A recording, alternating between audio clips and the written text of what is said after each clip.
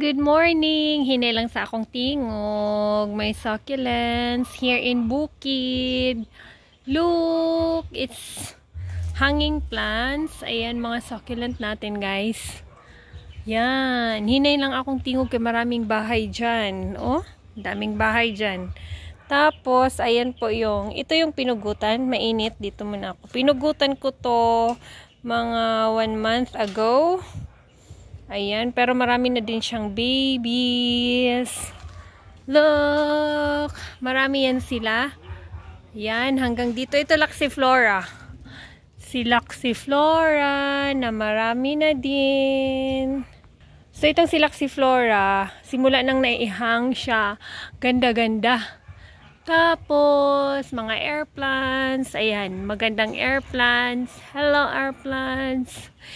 Hindi siya masyadong green kasi exposed siya sa sunlight. Ayan. Ganyan lang yung mukha niya tapos ang buyag ang labana. Ayan. So many bunga, buyag. Thank you Lord. Ang daming bunga labana. Ayan. Labana. Ayun pa. This one, labana. Ayan. Ang maganda sa bukid. Daming labana. Tapos anyway, yung tanglad ko, marami na din. Ayan, tanglad yan guys. Tanglad. That's the best sa bukid. Tapos I have pinya. Ayan. Malaki na yung pinya. Magkasama lang to sila na itanim.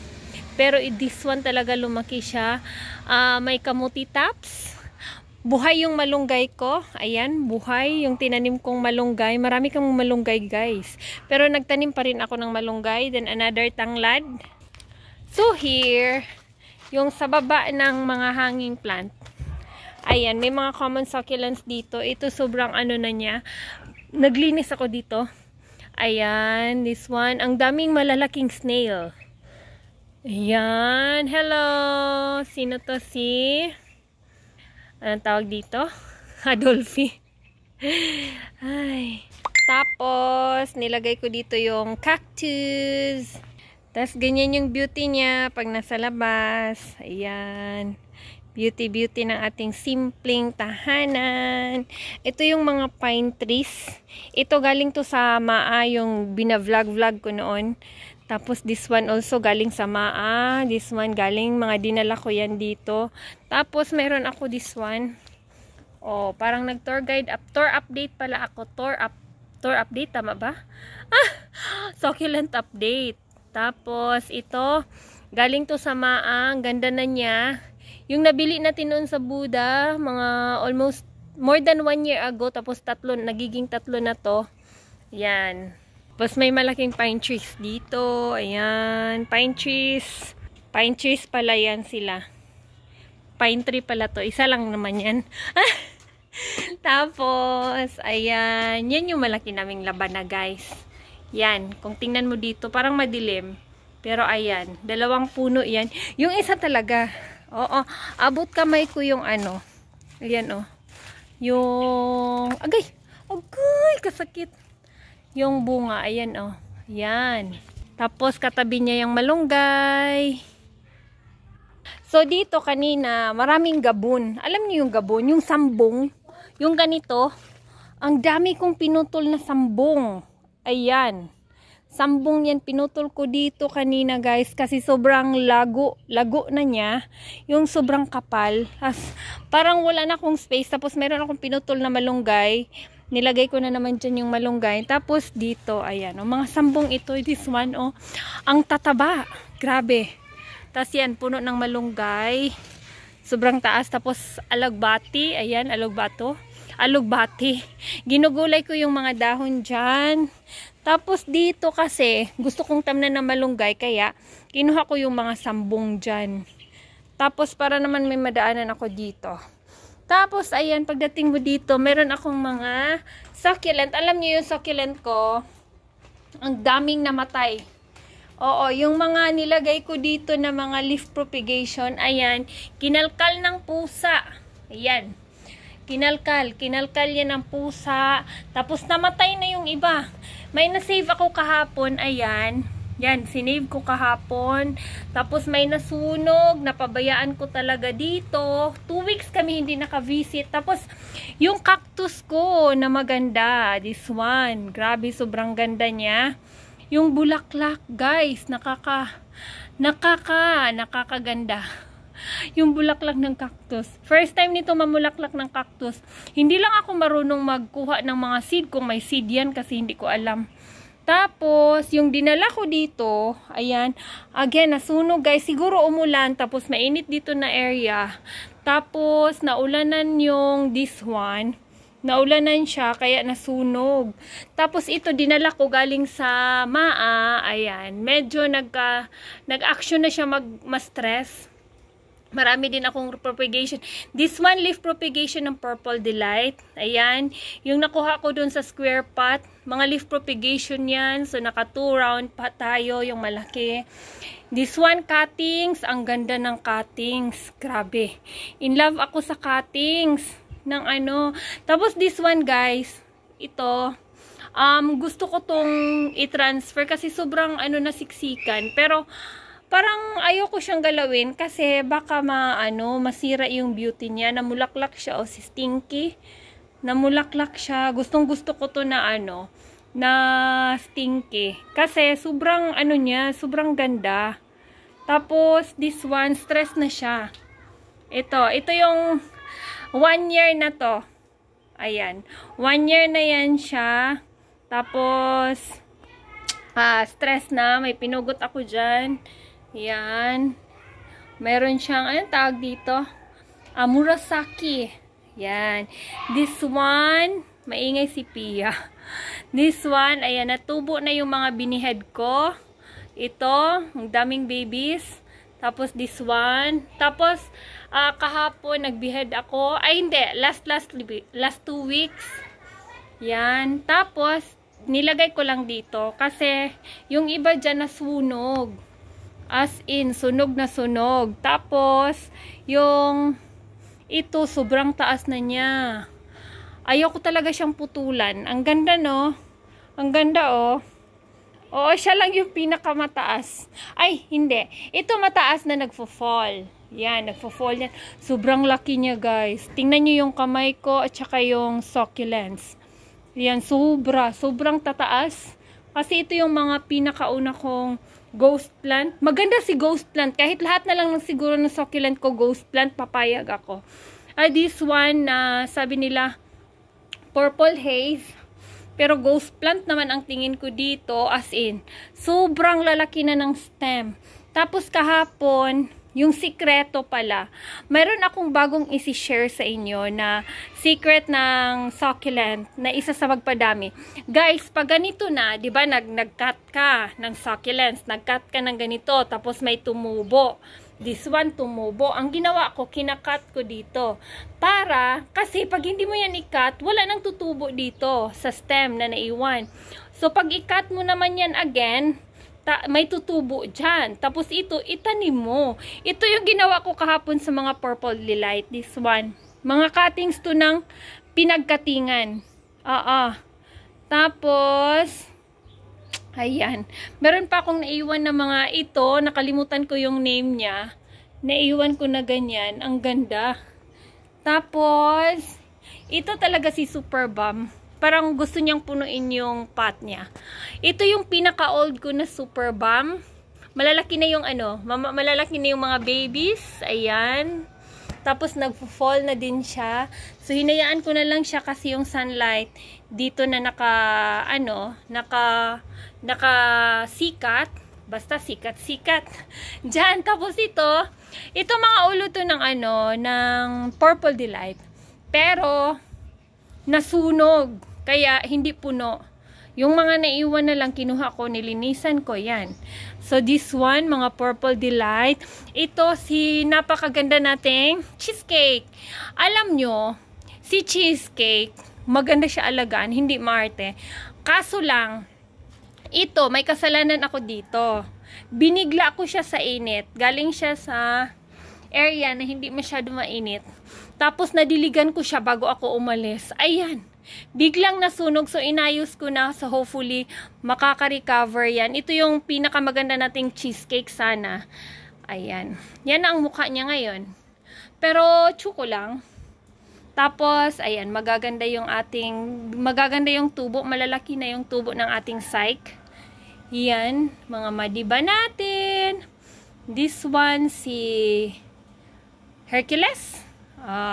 Ito yung mga old pots ko ng Adolphi. Ayan.